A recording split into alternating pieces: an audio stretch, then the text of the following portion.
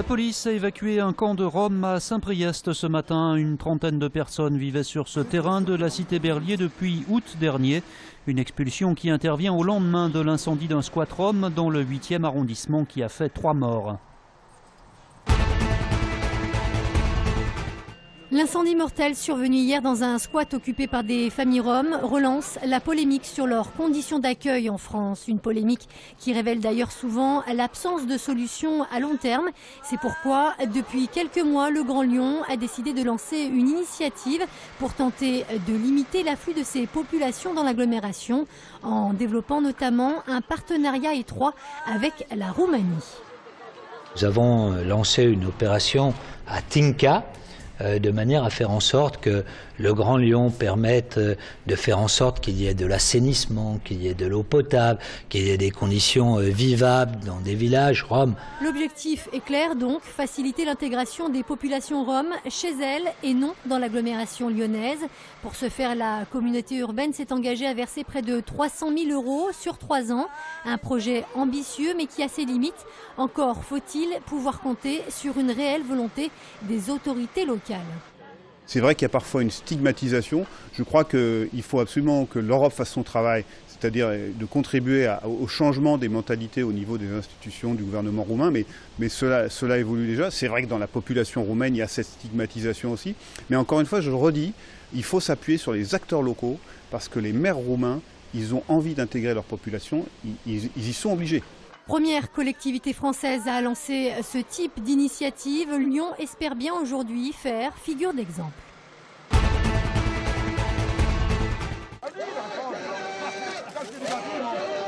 Banderoles, feux et chants de révolte ce matin devant le site d'Arkema à Pierre-Bénite.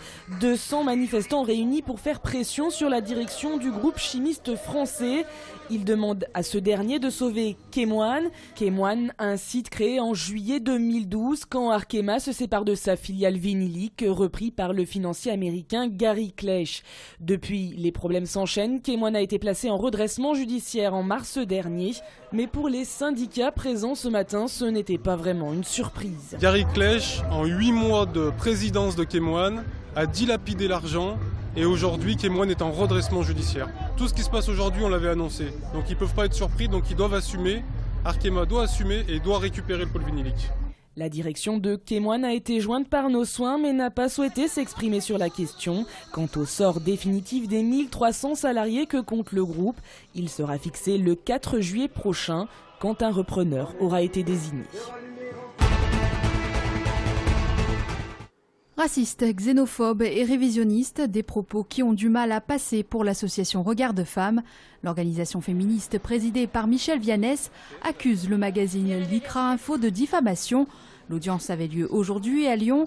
En cause, un édito paru dans le numéro de janvier 2012 qui évoque le rapprochement de l'association avec les mouvements d'extrême droite.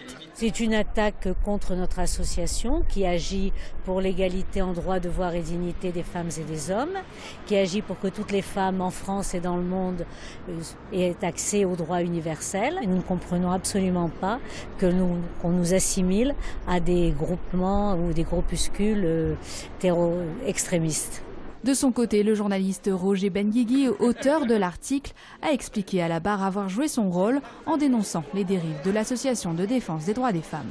Quand vous participez à des manifestations publiques aux côtés de gens qui ont été condamnés pour des propos racistes, pour des propos haineux ou islamophobes, eh bien ça veut dire que si vous êtes à côté de ces personnes-là, vous partagez leurs idées, nécessairement. Le jugement a été mis en délibéré le 2 juillet prochain. L'association Regard de Femmes réclame 5 000 € de dommages et intérêts et le remboursement des frais de justice.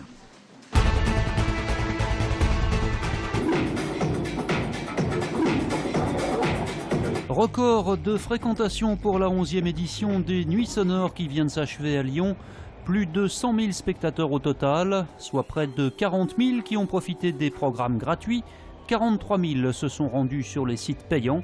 Quant aux apéros sonores, ils ont rassemblé plus de 17 000 personnes.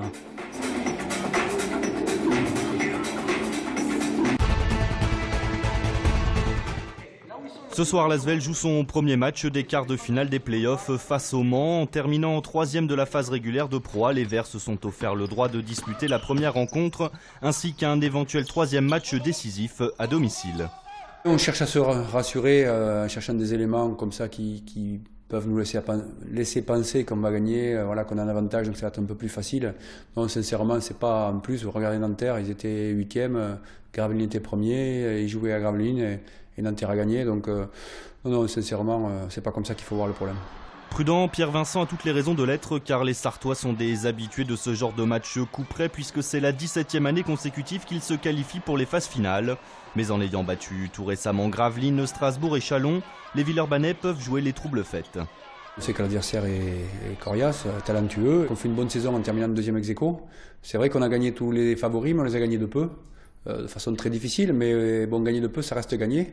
Et si ça peut se passer comme ça sera très bien. Mais la route est encore très très longue avant de penser à plus haut. Asvel Le Mans, c'est ce soir à 20h à l'Astrobal.